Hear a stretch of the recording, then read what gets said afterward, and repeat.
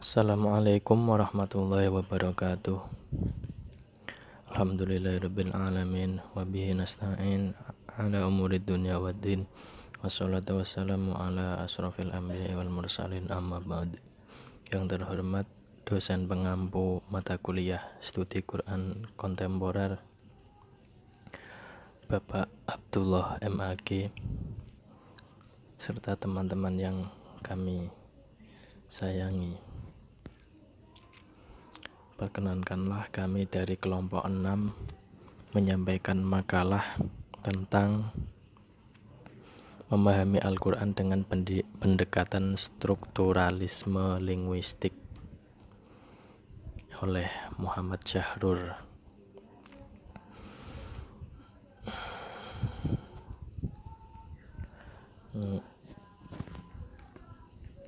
Latar belakang redaksi dalam Quran merupakan fenomena kebahasaan yang sangat menarik untuk diteliti dari berbagai aspek. Hal ini tidak akan pernah habis dan tidak akan pernah selesai, bergantung bagaimana, sejauh mana akal dan kemampuan intelektual manusia yang menggalinya. Pemahaman Al-Quran ini bisa dilakukan dengan pendekatan ilmu bahasa atau linguistik. Unsur-unsur linguistik yang mencakup fonologi, morfologi, sintaksis, semantik merupakan salah satu unsur terpenting dan sebagai jembatan untuk memahami Al-Quran. Untuk itu kami mengangkat tema ini dan merumuskan 4 rumusan masalah, yakni yang pertama biografi Muhammad Syahrur yang akan disampaikan oleh Mbak Iin Inayah Indrawati. Yang kedua pengertian pendekatan linguistik yang akan saya sampaikan sendiri. Yang ketiga pendekatan linguistik dalam tafsir Al-Quran menurut Muhammad Syahrur yang akan disampaikan oleh Mbak Alisa Kotrun Nada Astaratifa Ayuni lali. Yang keempat bagaimana contoh penafsiran menggunakan metode linguistik yang akan disampaikan oleh Mbak Eva Rahmawati. Baik, langsung saja kita sambung ke pembahasan pertama yang akan disampaikan oleh Mbak Iin Rahmawati. Selanjutnya juga menyambung. Waktu dan tempat saya persilahkan. Di sini saya akan menjelaskan tentang biografi Muhammad Syahrur. Ya, beliau merupakan tokoh Islam yang sangat kontroversi. Ya, beliau lahir di Damaskus pada tanggal 11 April 1938. Beliau lahir dari keluarga yang sederhana. Ayahnya bernama Daib bin Daib, ibunya bernama Swadikoh binti Swalifayun. Ya, beliau juga dikaruniai 5 orang anak. Beliau memulai pendidikan dari pendidikan dasar, terus sekolah menengah di kota kelahiran di Lembaga Pendidikan Abdurrahman, ya, hingga tamat pada tahun 1957. Nah, beliau juga memperoleh beasiswa studi di teknik di Moskow, Uni Soviet, dan lulus pada tahun 1964 dan kembali ke negara asalnya pada tahun 1965 dan mengajar di Fakultas Teknik Sipil Universitas Damaskus. Nah, kemudian secara garis besar karya Muhammad Syahrur itu dibagi dalam 2 kategori. Yang pertama di bidang teknik, ya, Al-Handasah Al-Asasat 3 jilid dan Al-Handasah Al-Turabiyah sebanyak 1 jilid. Kedua yaitu bidang keislaman Dirosah Islamiyah yang kesemuanya diterbitkan oleh Ahli At-Tabaah wa An-Nashr, ya, atau di Damaskus. Nah, ini ada 5 buku yang telah dihasilkan Syahrur dalam diskursus Dirosah Islamiyah. Di antaranya itu ada Alkitab wa Al-Quran Qiraah Mu'asirah yang diterbitkan pertama kali pada tahun 1990 oleh penerbit Ahli di Damaskus, ya. Di dalam buku itu tidak hanya memuat tulisannya Syahrul saja, tapi ada buku Ja'far At-Taqi Al-Bab ya, selaku guru linguistiknya, juga menulis risalah yang berjudul Asrar Al-Lisan Al-Arabi. Nah, gitu. Terus yang kedua itu Dirosah Islamiyah Mu'asirah fi Daulah wa Al-Mujtama yang diterbitkan penerbit yang sama ya pada tahun 1994. Dalam buku tersebut diuraikan tentang tema-tema sosial politik yang terkait persoalan kemasyarakatan.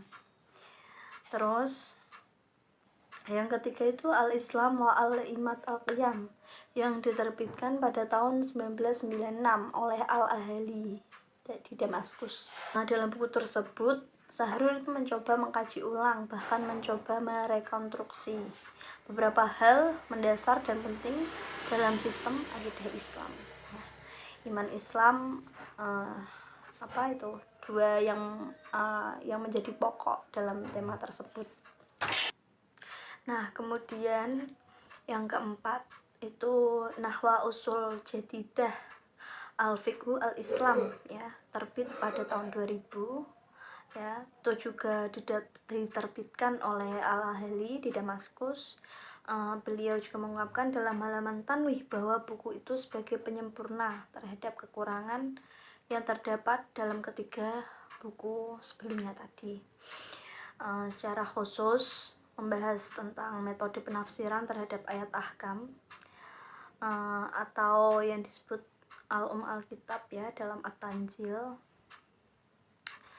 Terus yang kelima itu Tajfif Manabi Al-Irhab ya. Tajfif Manabi Al-Irhab. Buku itu diterbitkan oleh Al-Ahlidi di Damaskus pada tahun 2008. Ya, ditulis Syahrul setelah mengamati banyaknya kekerasan dan kejahatan kemanusiaan yang mengatasnamakan agama. Ya, ditulis karena banyak kekerasan yang mengatasnamakan agama. Kemudian beliau membuat buku tadi yang berjudul Tajfif Manabi Al-Irhab.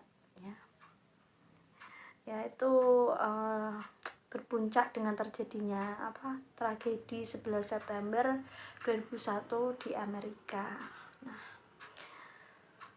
Terus ya, yang selanjutnya pengertian pendekatan linguistik akan dijelaskan oleh teman saya.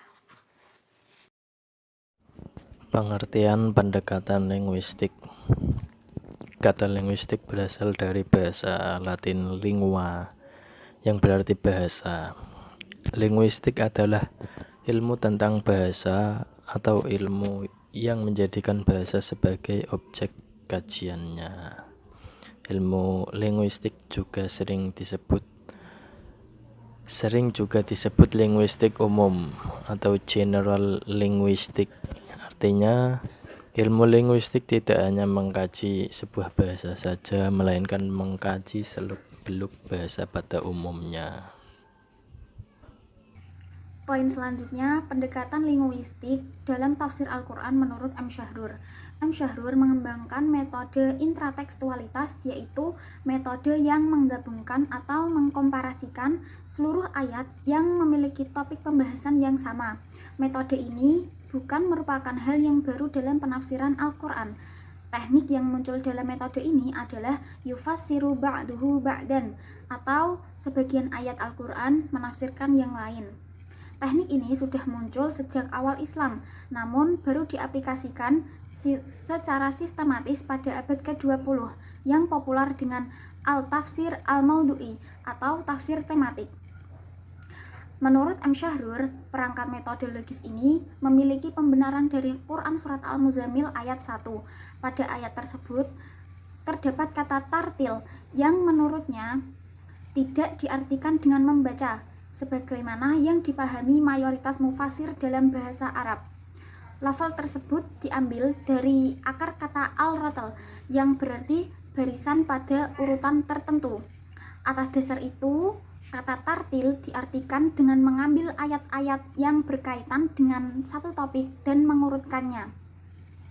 Hal ini perlu dilakukan karena dalam kenyataannya banyak topik tertentu seperti penciptaan alam, penciptaan manusia, dan kisah-kisah para nabi. Disebutkan dalam Al-Quran secara berserakan di berbagai surat. Agar mendapatkan gambaran yang komprehensif dan afirmatif tentang suatu topik, mufasir harus menggabungkan dan mengkonfirmasikan ayat-ayat tersebut.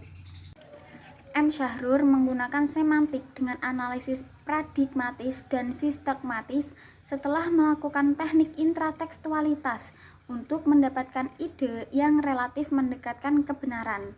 Analisis paradigmatis yang dimaksud ialah suatu analisis pencarian dan pemahaman terhadap sebuah konsep atau makna suatu simbol atau kata dengan cara mengaitkannya dengan konsep dari simbol-simbol lain yang mendekati dan berlawanan.